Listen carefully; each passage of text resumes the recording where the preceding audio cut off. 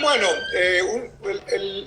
realmente yo comencé a jugar, jugué un provincial a los 9 años, que perdí en primera, de 12 años, que perdí con Alberto Icaza, el hermano. El gordo Icaza. Gordo, que era 3 años mayor que yo, y no pude clasificar al nacional absoluto. Pero mi hermano Antonio, que jugaba en esa época estaba él, debió haber estado en los 16 o 19, en 16 o en 18, en 16 creo que era. Y él sí jugaba, entonces toda la familia nos fuimos la semana del Nacional Absoluto a Quito y faltó un jugador en 12 años y tuve la oportunidad de entrar a jugar. Jugué contra Johnny Parra, a quien probablemente conozcas, claro. piloto piloto de aviación hoy en día, y con quien me veo bastante. Ese fue mi primer partido en un nacional absoluto, que le terminé ganando, me parece que 7-5 el tercero, y después perdí contra un chico de Pichincha que se llamaba Raúl Armas, que era también un par de años mayor que yo, y me ganó bien. Pero esa fue mi primera experiencia. Yo cuando llegué ahí, se me apareció este torneo, bien, tómalo. Y de ahí, bueno, ahora quiero el próximo año, quiero jugar mis provinciales, clasifiqué, nacionales, etcétera, y comienzas a armar tu programa. Nosotros no teníamos la televisión que hay ahora, nosotros era la revista. Hablamos del 72, 73, 74, por ahí estamos hablando, ¿no? Sí, por ahí, 72, sí, yo tenía 12, 13 años. Claro. Y esperábamos en la puerta de entrada del club, esperábamos a que llegue la revista World Tennis, que llegaba, supuestamente, en correo llegaba como un mes más tarde, pero llegaba siempre, me parece que era el primer miércoles o jueves del mes. Y ahí esperábamos. Era mensual. Sí, ya antes de que la lleven para gerencia y para presidencia, la capturábamos y comenzábamos a leer. Siempre tuvimos ayuda de los gerentes de aquella época, con Martín Aguirre, de Darío Wayson, algunos de los gerentes que recuerdo del club. Y eso era lo que nos guiaba a nosotros. Ese era el internet de la época, ¿no? La revista Tenis, ustedes conocían el mundo, ¿no? Tenístico, deportivo, solamente por la revista Tenis prácticamente. Así es, porque ahí venía un material que era de torneos, de 2, 3, 4 páginas de los torneos, que no eran muchos tampoco. Había siempre el instruccional que sigue habiendo en la revista Tennis, World Tennis de hoy en día, donde distintos entrenadores y jugadores te daban tips, y el famoso de la secuencia de los golpes con las fotos uno al lado de otro, y al final las 4 últimas páginas donde estaban los rankings y los resultados de todo tipo, resultados, sobre todo resultados en esa época ATP de Europa, de Estados Unidos, torneos juveniles como Easter Ball, Rolex, Coffee Ball, algunos de los torneos que ya existen ahora también, Venezuela, Orange Ball, Banana Ball. Lo que es la vida, Andrés, tú que dices que saludos a todos los que se están uniendo, la verdad, una cantidad importante de amigos, colegas, saludos a Sebastián Toró de Buenos Aires, que también está compartiendo con nosotros aquí, tremendo periodista también argentino. Andrés, tú esa revista que la revisabas cuando tenías 12, 13, 14 años. La revisaba después de 16 años, en 1990, tú te llevaste unas 4 o 5 páginas, creo, cuando ganaste Roland Garros, porque yo tengo esa revista, ¿no? ¿Te imaginas? Una especie de sueño del pibe ahí, ¿eh? Bueno, aprovechando que en Argentina, Brasil siempre han sido 2 países que siempre han manejado también esta parte de la información por escrito. Revista, había una que se llamaba Tenis Argentino, que era muy importante, y también llegaban, nosotros cuando llegaba el Chivo Zuleta o Miguel Olvera o Pancho Guzmán Europa o de Estados Unidos, tenían que venir con las revistas, y pon las revistas ahí en lo que ahora es el salón inglés, que en esa época era un salón de billar donde iban los socios mayores y teníamos que andar pidiéndole permiso, o a veces mi papá se sacaba un par de revistas y las llevábamos y las teníamos para leer ahí. Luego con el tiempo Paco Viver, papá de Raúl, se suscribió a la revista y ya tuvimos nuestra propia fuente de entrada. Otros socios como Carlos del Chino Gallardo, que jugaba mucho, Óscar Orrantia, que jugaban mucho, viajaban y teníamos la oportunidad de que ellos también nos vengan trayendo este material. Esa era la forma de ir viendo y de a poco ir viendo los juniors. Me acuerdo del primer año que Ricardo estuvo entre los 10 primeros de los juniors y salía su nombre, con el de Larry Gottfried, hermano de Brian, Van Vinitsky, José Luis Clerc, Heinz Bunha. Era un héroe Ricardo, imagino su nombre, imagínate, de la revista. Ricardo era un monstruo, Ricardo era un monstruo y no era un monstruo en Ecuador, era un monstruo en el mundo. Ricardo lo agarró el cambio de velocidades en la pelota y el cambio de raqueta, en tamaño de raqueta, le costó el cambio. Pero pasó mucho más potente. El tema de la comunicación de Andrés Gómez, que nos ha hablado de una manera extraordinaria y la verdad que nos ha hecho añorar muchas cosas, el tema de la revista. Hay una relación, para quienes no conocen, el papá de Andrés Gómez fue dueño de una Radio Popular Rocafuerte, bueno, gerente de la Radio Popular Rocafuerte de Guayaquil, que en 1967 transmitió la serie que Ecuador le ganó a Estados Unidos con Arthur Ashe, que fue una hazaña total. Y Pedro Pablo Gómez, papá de Gómez, era el narrador, ¿no? Vos tenías 7 años, Andrés. Bueno, no te voy a preguntar qué te acordabas, pero bueno, tenías 7 años, algunos recuerdos de esos años de tu papá siendo radiodifusor, viviendo él como periodista. Pero me acuerdo porque, bueno, mi padre jugó, fue vicecampeón sudamericano con el padre de Ricardo Icaza en dobles.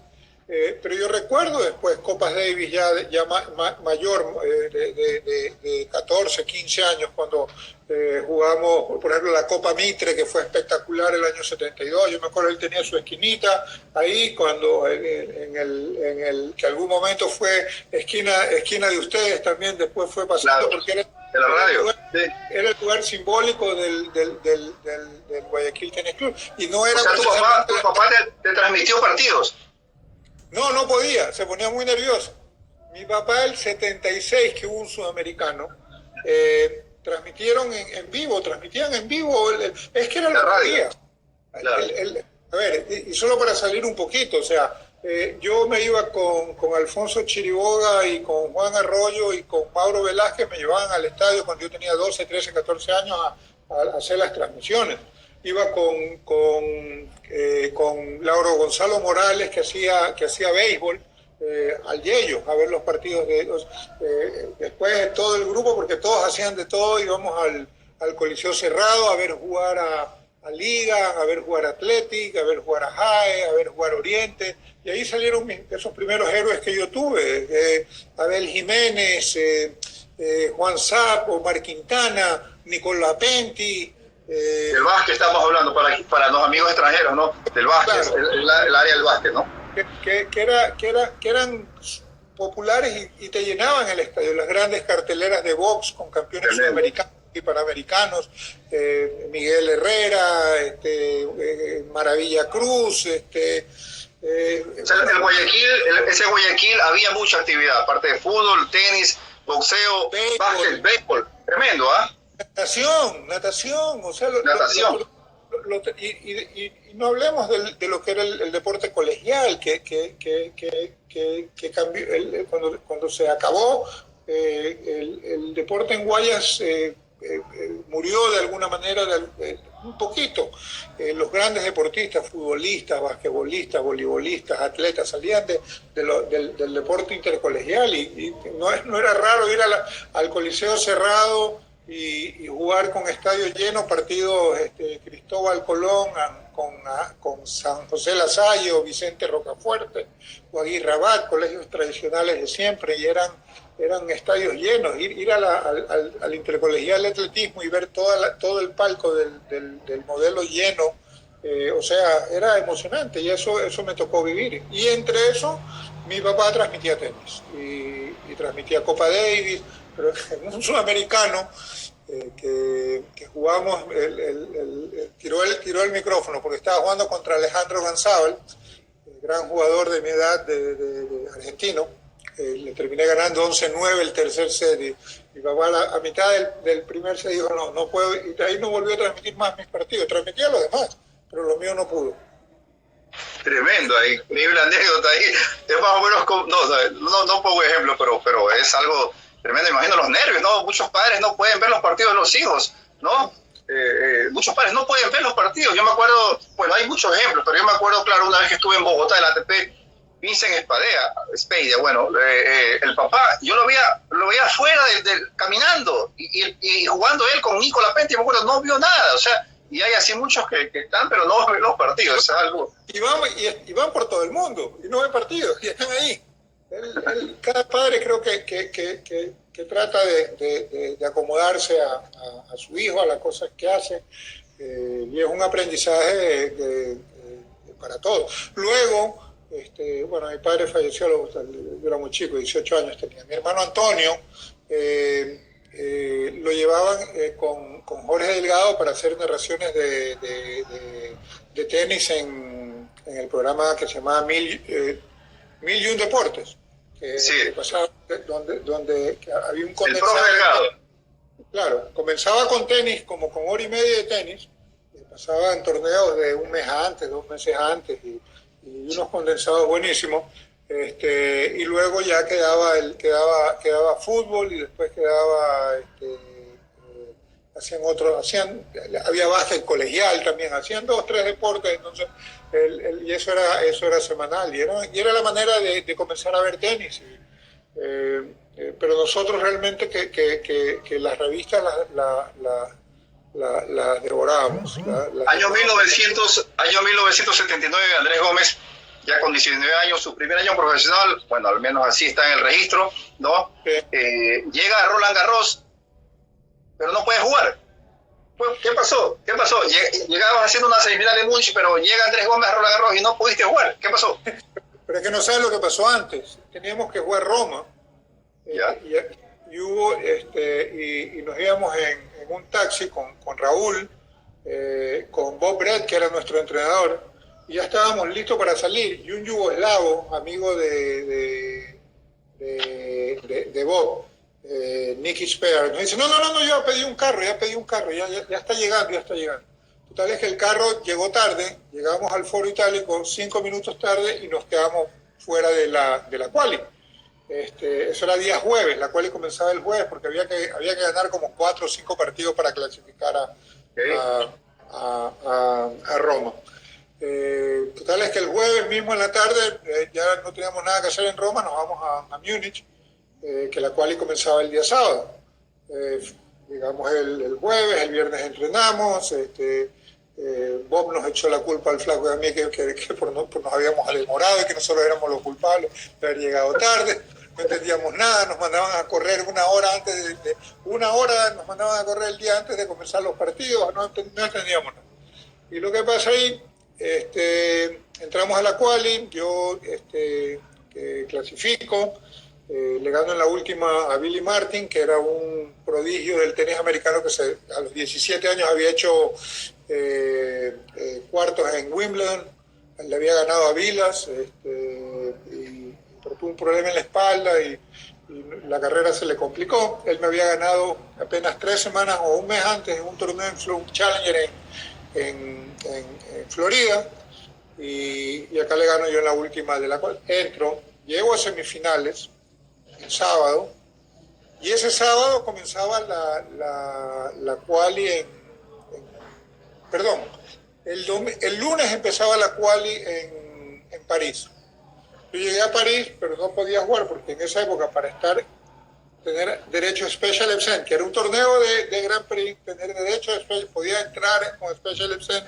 Imagínate lo duro que era en esa época que te den Special Events, que jugadores o sea, de un torneo pequeño se lo daban para uno gigante. Pero no pude jugar porque nosotros a Europa salimos de nos dieron se van y listo. A firmar a las cuales ahí no hay problema y listo. Pero como no estaba anotado en el torneo, no estaba inscrito, no me pudieron dar el special. O sea, pude el special al cuadro principal, que empezaba el lunes. Entonces, cuando terminó el torneo, perdí con FIBA que en semifinales y nos fuimos a Roland Garros. Roland Garros, o sea, desde la primera entrada era la quijada de acá abajo, no podía creer que estaba entrando a este lugar. Aparte, estaba garuando y los partidos se separan. Y Jaime Fillol jugaba con Arthur Ashe en la cancha número 2 y cuando sale, Andrés, pucha, bien jugado, imagínate, bien jugado la semana pasada, el Jaime, o sea, monstruo Jaime, 16 años, 16 años, lo conocía desde que tenía yo 12 años, porque vino a jugar Copa Mitre, unas exhibiciones que hicieron con Olvera y Zuleta y Guzmán. Los tuvimos mi papá los tuvo en casa por el hecho de que ellos eran más o menos, no auspiciadores, pero eran como promotores de estos partidos. Jaime Fillol era top 15 del mundo, o sea, un monstruo. Y en Sudamérica era Vilas 1, Fillol 2. Estaba Iván Zábal también, estaba Bicho Romani. Era la época de Mandarino y de Koch, de Molina y Velasco, y bueno, y ver a este tipo que me saludaba ahí, o sea, ¿qué está pasando? Y ese fue nuestro primer encuentro con... Pero no pudiste jugar el 79, lamentablemente, como está explicando, pero el año siguiente, en 1980, juegas con 20 años, Andrés, pasas una ronda y en segunda ronda te enfrentas al Nadal de esos momentos, a Bjorn Borg, que había ganado ya 4 Roland Garros, era uno del mundo, un guayaquileño, un ecuatoriano de 20 años, parado frente al Nadal de la época. ¿Cómo te sentías? O sea, imagínate cómo se sentiría un chico de 20 años entrar a jugar con Nadal hoy en día. Aparte, yo tenía un póster de Borg, yo tenía 2 pósters, uno de Borg, tenía uno de Vilas y tenía un calendario de Sergio Tacchini, de la ropa, el cual salían todos los jugadores de Sergio Tacchini. Y cuando llegué ¿cómo se llama? Al mes de Gerulaitis, ahí quedó. No se movió más era de los que yo más o menos seguía. Gerulaitis, oía mucho el nombre siempre y aparte vino a jugar... un año vino a jugar una exhibición que estuvo Ricardo con 17 años, 16 años, y estuvo Ricardo, estuvo José Higueras, que lo conocía poca gente, y Julián González. Una exhibición para la inauguración del nuevo Guayaquil Country Club en el kilómetro 20 y pico de la vía Daule. Claro, Dino nos dice que el Sergio Tacchini era el Nike de la época, nos dice Dino García que está también. Correcto, era así, porque Fila también era poderosísimo. Correcto. Bueno, saludos a todos los amigos que están conectados, Hernán Botarlín y tantos ahí amigos que están ahí enlazados en estos momentos. Bueno, jugaste con Borg, bueno, ¿no te has acordado, si te acuerdas, o se dijeron algo en la red ahí? ¿Qué pasó ahí? Seguro 6-2 en la cancha 1. La única solución fue que no me haya tocado jugar en la central ese. Cancha 1 fue, ¿no? Cancha 1, que no sé si ya la demolieron o no la demolieron. Bueno, con ese hombre de hielo en esa época, ¿se dijeron algo, te dijo algo? Siempre saludó ahí, nada más. Ahí, después con el paso del tiempo nos hicimos bien amigos. Claro, incluso vino a Guayaquil, ¿no? Es más, ayer hablamos. Vamos a ver cómo estaba todo por acá. Qué bien. Te mantienes entonces en contacto con tus amigos de la época, ¿no? Sí. Correcto. Estaba revisando el ranking cuando Andrés Gómez empezó el profesionalismo. El top 10 era el siguiente. Borg, el número 1 del mundo, hablo de 1979, así terminó y oficialmente lo dice. Conor McElroy, Gerulaitis, Tanner, Sei Vilas, Ash, Solomon, Higueras y Dibbs. a ese top 10 empezaste tú viéndolos de lejos desde abajo, Andrés, ¿no? Unos jugadores realmente totalmente fuera de serie, obviamente que sí. Borg 1, a él no le gané. A Connors le gané. A McEnroe no le gané. 4, ¿quién estaba? Gerulaiti le gané. Sí. 5. Roscoe Tanner. Nunca jugué con él. 6, le gané. Sí, a ver, le gané 7. ¿Quién está 7? Higueras. Ash no, con Ash no alcancé a jugar. Dobles alcancé a jugar con Arthur. Higueras. Y solo con los dos le gané. Sí. Y también me ganaron, obviamente, ¿no? Y Eddie Dibbs también, le ganaste varias veces en Quito, uno de esos. Él me ganó en Quito. Pero no te ganó, pero sí le ganaste varias veces, ¿no? Eddie me ganó en la primera final que jugué en mi carrera, en Sarasota, el año 80. Que me ganó medio duro en la final. Pues ya que hablamos de... Saludos a Juan Carlos Carmeña, también ya vamos con esa anécdota. Ya que hablamos del 80 con Borg, peladito de 20 años, ¿no? 1981, US Open, tercera ronda, cancha central, 18,000 espectadores, televisión en vivo. Este pelado guayaquileño de 21 años, ¿no? Que no había ganado ni un torneo ATP todavía, enfrenta al ídolo, él con McEnroe, eran los ídolos, los monstruos, ¿no? 5 sets. Ese partido, tú me dijiste algún día, Andrés, que fue el que hizo clic y te marcó en la carrera, que te hizo ver que realmente podías pelear con todo arriba. ¿Qué nos puedes decir de ese partido que terminó en 5 sets, cancha central, y según el New York Times, que yo lo tengo y lo he leído, ¿no? Terminaron acalambrados prácticamente al final, ustedes después de más de 4 horas de partido? Jugamos 4 horas 45 y él terminó mal. En el tiebreak se salía del punto en cada punto y metía la mano en el hielo para sacarse los calambres. Y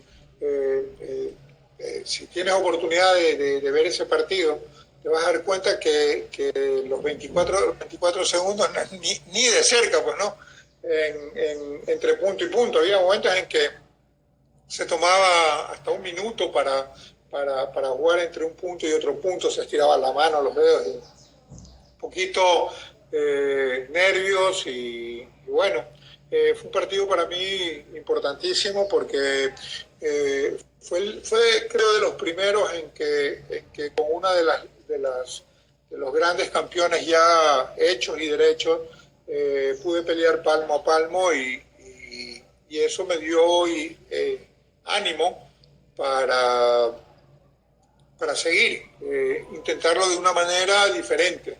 Acá no te olvides que no era mucho lo que, a punta de revistitas y partidos los sábados, no íbamos a aprender mucho de tenis, sino que claro, hubo que ir abriendo un poco de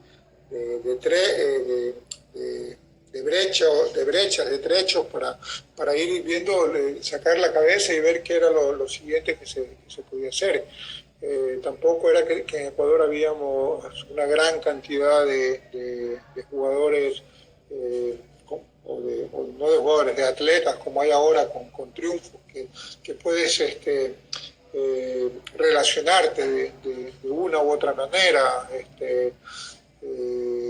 Y no habían campeones olímpicos, no habían clasificaciones a mundiales, no habían muchos campeones panamericanos, no es que había lo que hay ahora. Entonces hoy nuestra juventud puede crecer de una manera mucho más segura de que hay una gran cantidad de deportes donde los ecuatorianos Andrés, tú jugaste ese partido, te marco ese partido porque, por ejemplo, yo creo que pueden salir ahí algunas cosas. Jugaste ante 18,000 espectadores prácticamente visitantes, pero terminaron aplaudiendo a los dos.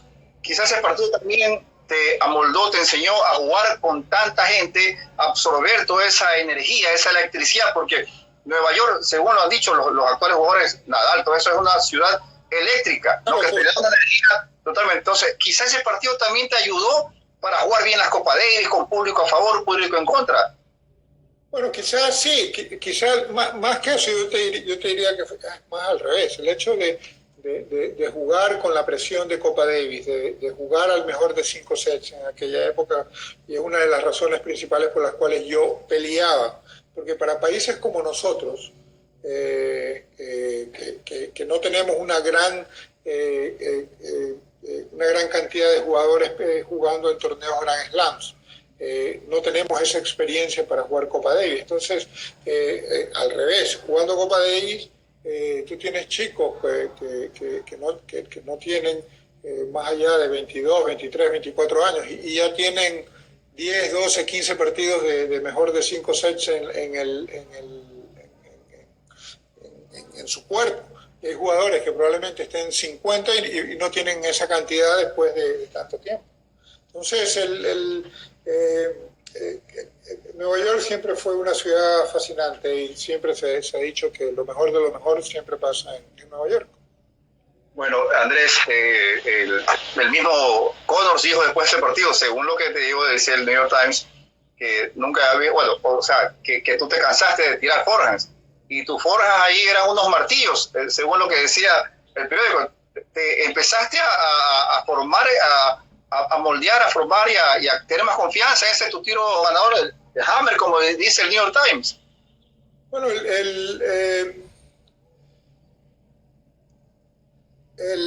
mi juego se basó siempre en eso. Con el tiempo yo aprendí a ser un mejor sacador, comencé a aprender a pegar más el revés. Yo tenía prácticamente slide solamente. La gente dirá, pero ¿cómo? Bueno, es que el tenis se fue desarrollando. La gente que jugaba con dos manos, el revés, se tiraban atrás y tiraban mucho top. Con el tiempo también los de una mano comenzaron a descifrar ese juego y los de dos manos comenzaron a meterse más dentro de la cancha.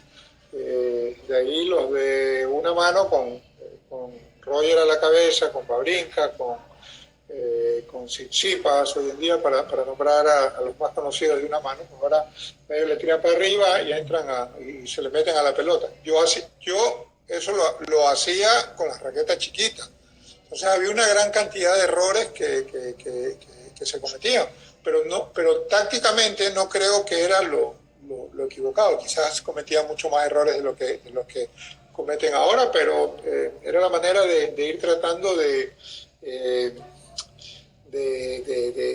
innovar, de cambiar, porque habían unas paredes que se paraban atrás como Vilas, como Deep, Solomon, Barasuti, Higuera, Orantes, que eran infranqueables porque no podía generar potencia con raquetas pequeñas, era difícil. Yo eso de ahí comencé a hacerlo hasta que me tocó el cambio en el año 83 a la raqueta ya un poquito más grande, ya más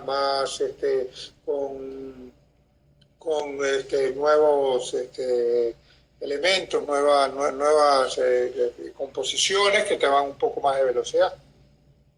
Ya para cerrar esto, lo del US Open de 1981, en el quinto set, Andrés, ya más de 4 horas 40 minutos, quebraste 6-5, sacaste para match, estuviste 30 iguales, o sea, estuviste a 2 puntos de ganarle a Connors ante 18,000 espectadores, y parece que la inexperiencia, según lo que indica el diario, ¿no?, te pasó factura. Y lo Connors, que era también un jugador de público, un jugador más que carismático, que intimidaba, ¿no? No sé si eso también influyó un poco allí para tu inexperiencia. Ahora que me dicen, no estoy tan seguro si saqué por el partido o no. Es lo que dice el New York Times, lo tengo ahí. Sí. Bueno, sí. Quebraste 6-5, sacaste 30 iguales y ahí fallaste 2 tiros. Y fueron al tie-break. En el tie-break estabas tu punto arriba, Gómez. Y el último me sacó un as que fue hacia afuera. Eso sí te preguntaron sobre eso. Tú pensabas que no era ace. Te ganó con ace. Había pegado en la línea, pero atrás. Así es, eso es lo que indica ayer también, justamente. Pero bueno, son derrotas que sirven, ¿no? Obviamente que te marcaron, ¿no? Ese partido. Porque 3 semanas después ganaste tu primer torneo ATP, que fue en Burdeos. En Burdeos, sí. Y gané bastante cómodamente el torneo. ahí fue mi primer gran salto fue el 79, que salí de 0 a 65. De ahí el segundo salto fue el 81, que salgo me mantuve de 60, 45, 50, 2 años, y de ahí bajó al 35, ese año que ganó el 81. El 82, luego de ¿cómo se llama? De inicio del año, y ganó el Abierto de Italia por primera vez a los 22 años. Claro que sí. Claro que sí. Eso fue una locura realmente, porque salí de nada, o sea, y no solo eso, sino que en las semifinales le gano a un chiquito de 17 años en 3 sets, y el chiquito de 17 años a los 2 años se ganó Roland Garros, que era Mats Wilander. Claro. Lo que pasaba en esa época era que el torneo Roma terminaba el domingo, y el lunes ya comenzaba Roland Garros. Por eso siempre decían que nadie había podido ganar Roma y Roland Garros en el mismo año, porque era complicado, no había... Claro, porque Roma siempre fue el segundo torneo más importante de arcilla después de Roland Garros. Y creo que era el torneo más importante del mundo después de los Grand Slams. Era el más grande en premios y el más grande en tradición y en prestigio. Claro, y bueno, y ese año terminaste 15 del mundo, ¿no? Con peladito, con 22 años, ganaste Roma, ganaste 15 del mundo y clasificaste al máster, ¿no? Ya, porque en esa época se jugaban los 16 mejores jugadores, ¿no? Así es, creo que alcancé a terminar entre los 11, 10, creo que terminé. Ahí entré, clasifiqué al máster por primera ocasión, y volver a Nueva York, volver al Madison Square Garden, que hablar del Madison Square Garden, no sé, creo que hoy en día no puedes hablar de un lugar tampoco y decir es el Madison, voy a jugar al Madison. O sea, en el Madison estaba lo mejor de lo mejor. O sea, ahí estaba el máster de tenis, ahí eran las grandes, peleaba Mohamed Ali, Cassius Clay, como se llama en la época, cantaba Sinatra, cantaban los mejores artistas del mundo, pasaban por ahí. O sea, los Knicks, jugaban los Knicks. Obviamente, mi equipo. Ese es Javier. Saludos, Javier.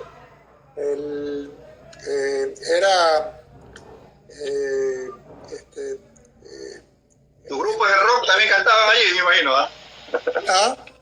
Tu grupo de rock. Madison nunca vi conciertos, pero estaban todos, estaban todo el mundo. Aparte la época que uno llegaba, en esa época era el Masters comenzaba la primera semana después de Año Nuevo.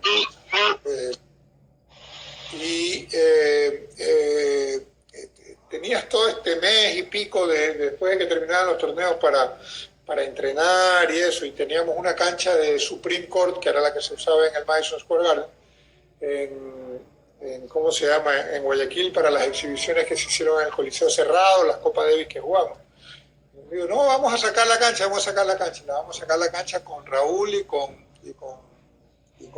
Ricardo, y la pusimos en una de las canchas de cemento. Bueno, la cancha había partes que estaba embodegada, ya tenía años embodegada, comida de ratón en algunos, pero ahí fue la cancha de Supreme Court, y ahí la utilizamos para entrenar, y en esa cancha la utilizamos 82, 80 y 83. Porque el 84 que clasifiqué también, la tercera vez que clasifiqué al máster, no pude jugar porque me lesioné en el torneo de Amberes, en la famosa copa del trofeo de los diamantes. Y me lesioné jugando precisamente con Wojtek Fibak en ese torneo. Jugaste 5 másters, ¿no, Andrés? y estuviste a un triunfo de jugar la final en 1986. Estuve, sí, y para variar perdí con el mismo de siempre. Con Iván Lendl. Aquí saludo yo a Raúl Guerrero, hijo de tu ex encordador, Raúl Guerrero, y me contó esta anécdota, a ver si de 100% es así, y si tú nos puedes dar más detalles. Copa Davis, Ecuador-Bolivia, 1987. Las raquetas de Andrés Gómez no llegaron de Nueva York. 13 raquetas. No. Espera. A ver. Eso fue contra Checoslovaquia. Entonces hablamos del 85. Sigue, porque puede ser otra historia. Dale, que ya me acordé. Dale. Ya. De Nueva York no llegaron las raquetas. ¿Qué hizo Andrés Gómez para poder jugar las raquetas recién modificadas Yonex, ¿no? Que tú usabas antes la Rossignol? ¿Qué es lo que hizo Andrés? Según lo que me cuenta, es que Andrés y su hermano Antonio empezaron a pedir las raquetas que habían regalado a familiares y amigos. Entonces Andrés pidió las raquetas al suegro, al cuñado, amigos, incluso hasta a Raúl Guerrero, y reunió las 13 raquetas, y con las raquetas que había regalado jugaste. ¿Con la Rossignol? No, con las Yonex. No. ¿Cómo fue entonces? Acláranos cómo fue esa historia. Yo pensé que iba a contar otra. Yo a Raúl, que era quien me encordaba las raquetas, incluso lo llevamos un par de veces con Felipe Estrada, con Pipo Estrada, que es el tío de mi esposa, fanático del tenis. Lo llevamos un par de veces a Key Biscayne, a Miami, sí. Para que sea parte del staff de encordadores de Jay Shuey, que era el mejor encordador de la época. Que era encordador. Yo era uno de los 5 o 6 clientes que tenía Jay. Y lo que pasó con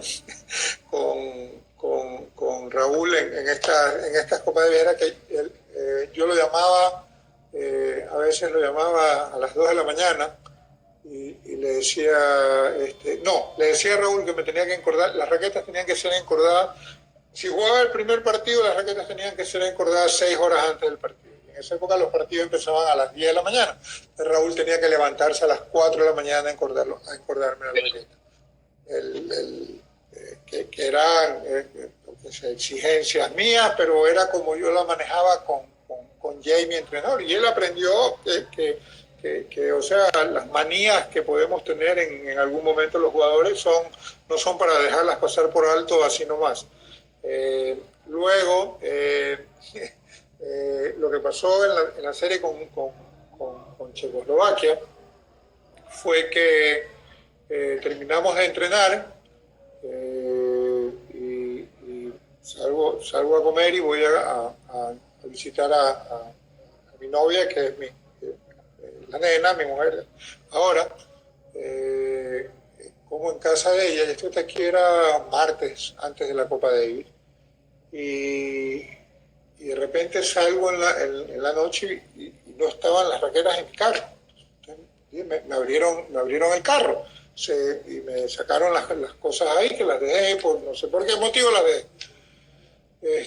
Hubo gran campaña, Alberto Borges, el gallo del cerro, nos hizo campaña, y total es que apareció mi billetera, la habían entregado de vuelta con una nota que decía que juraban que las raquetas no estaban ahí.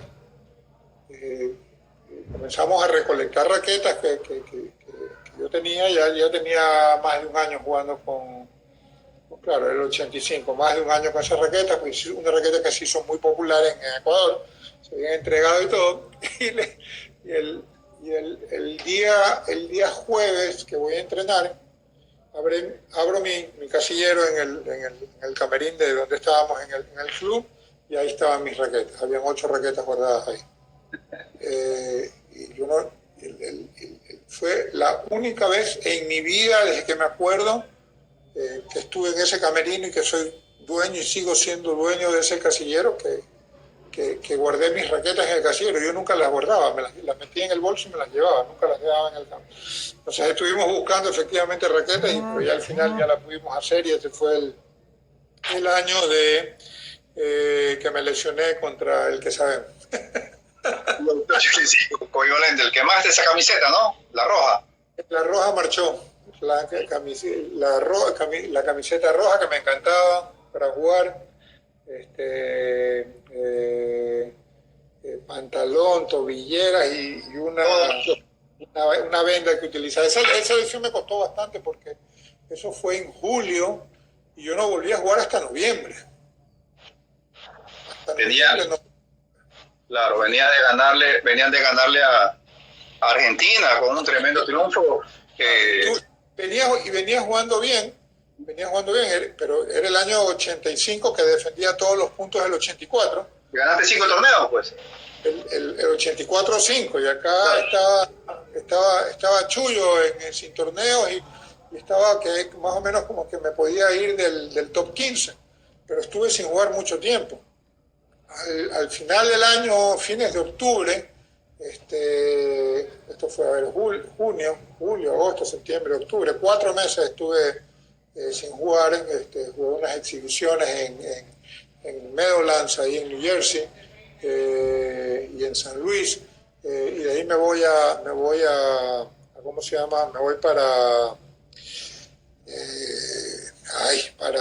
Asia a jugar a la gira de Asia, que eran 2 torneos en Japón y Hong Kong, y hago semifinales en un torneo en un Japón chico, hago cuartos de finales en el grande, y me gano Hong Kong. Y con esa ida al final me vuelvo a meter el máster, y ahí es que hago las semifinales ese año. Correcto. Saludamos a todos los amigos que nos han inscrito, la verdad. No he podido saludar porque realmente que esta parte tecnológica, veo que escribe gente, que entra y manda preguntas. Manejas tú las preguntas, yo lo único que dale, velo, ahí entró Sancocho, mi cuñado. Pancho, quiero papá Roberto. Saludos a Pancho. Gracias a todos los que están siguiendo, Cristian Velázquez, me imagino desde Tokio, siguiendo esta Germán Gallego de Quito también se unió, Andrea Aguirre, Sergio Columbice desde Uruguay, tantos amigos, y han hecho algunas preguntas, pero la verdad que la charla está de ida y vuelta. Yo creo que no sé si alcancemos algunas preguntas a absolver ahora, porque ya saludos a Nuria Nieves. No quiero que me pase lo que pasó con Dino la vez pasada, que no sabíamos, pues 1 hora nada más se puede estar en vivo, y ahí te cortan, te cierran la puerta y te botan. Así que cuando nos voten, estamos idos. O sea, nos despedimos ahora, entonces. Sí, yo creo que si lo permite Andrés, la próxima vez que hagamos, vamos a solo responder preguntas. Así mejor dejemos, ¿no? Porque esta vez la verdad que esta charla de ida y vuelta, la verdad que a mí particularmente me ha gustado mucho, porque la estamos haciendo y conociendo situaciones un poco que no conocemos, un poquito más al Andrés más humano. ¿Qué pasó con esos 2 trofeos del Abierto de Roma? Hablamos del Abierto de Roma. Si Andrés Gómez no hubiese ganado Roland Garros, creo yo que los trofeos que él más aprecia, o sea, los apreciaría, ¿no? Quizás estoy equivocado, serían los del Abierto de Roma, que justamente se rompieron. Los Champions. ¿Cuál? El Tournament of Champions en Forest Hills, el torneo de campeones en Forest Hills. Ese para ti es más que el Abierto de Roma. Es que lo que pasa es que cuando entró el Tournament of Champions, volvió a la arena del tenis, y eran el torneo que jugaban todos los campeones de los torneos ATP. Si tú habías ganado un torneo ATP, entrabas directo a ese torneo, y ese torneo, por decirte, en el área, en la parte económica, tenía más o menos casi el doble de premio que el siguiente torneo, que era en esa época Roma. El hecho de que lo jugabas en una sede como el Westside Tennis Club de nuevo, Nueva York, donde se había jugado por muchísimos años el US Open, primero en césped y después en arcilla. Forest Hills, en el sector de Forest Hills, ¿no? Que es un sector, como decía Dino García, con quien fuimos allá, pues fuimos allá al lugar. Es un sector de gente adinerada, ¿no? Que quedaba allí en esa época, o sea, al menos en esa época me comentaba Dino, y la verdad que cuando llegamos allá se veían unas casas grandes, así extensiones muy amplias, ¿no?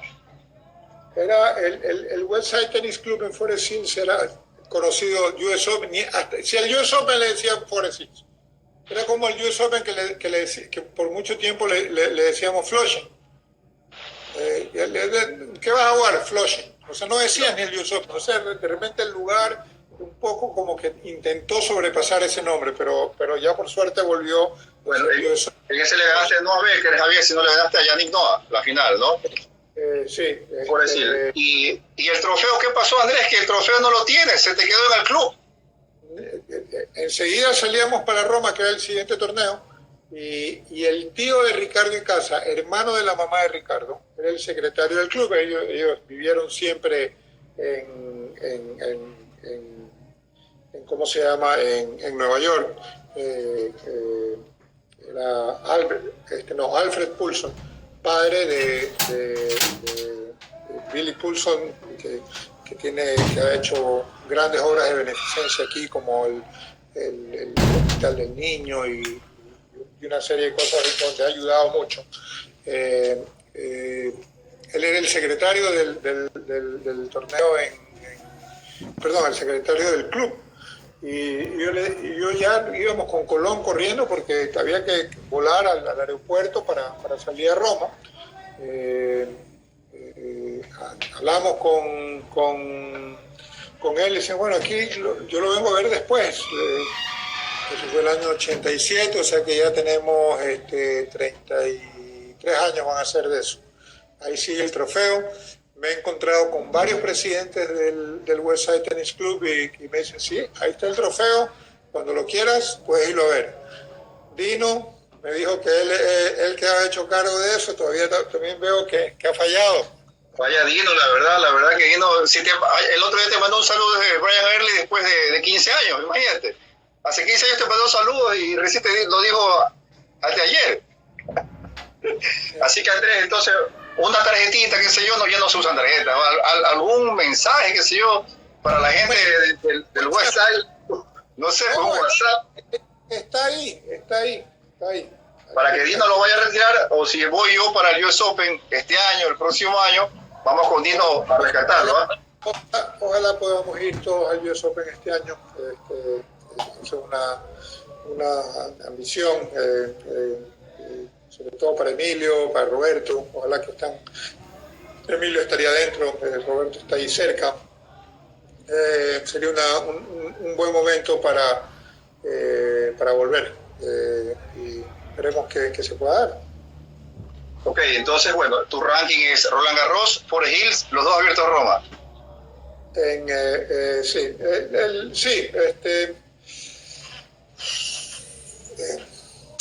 Bueno, ganaste 21 torneos, pues, ¿no? Andrés Gómez ganó 21 torneos, hay que indicar, hizo final también en 18, hiciste final en singles también, ¿no?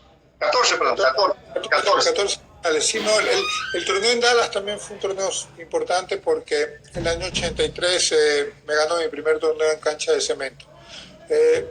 La diferencia que había en esa época entre las velocidades de la cancha, los botes de la cancha, el tamaño de la pelota era grande. O sea, hoy las velocidades son más reguladas, los juegos son más parecidos. Para mí ganar ese torneo en Dallas fue importantísimo, porque jugué bien, porque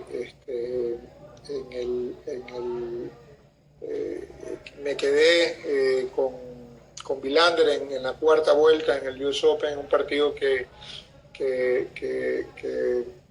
no jugué, o sea, no jugué ni no sé por qué, pero no pude jugar lo que había venido jugando. Y me tenía mucha fe en el US Open. Había momentos en que yo me sentía mucho más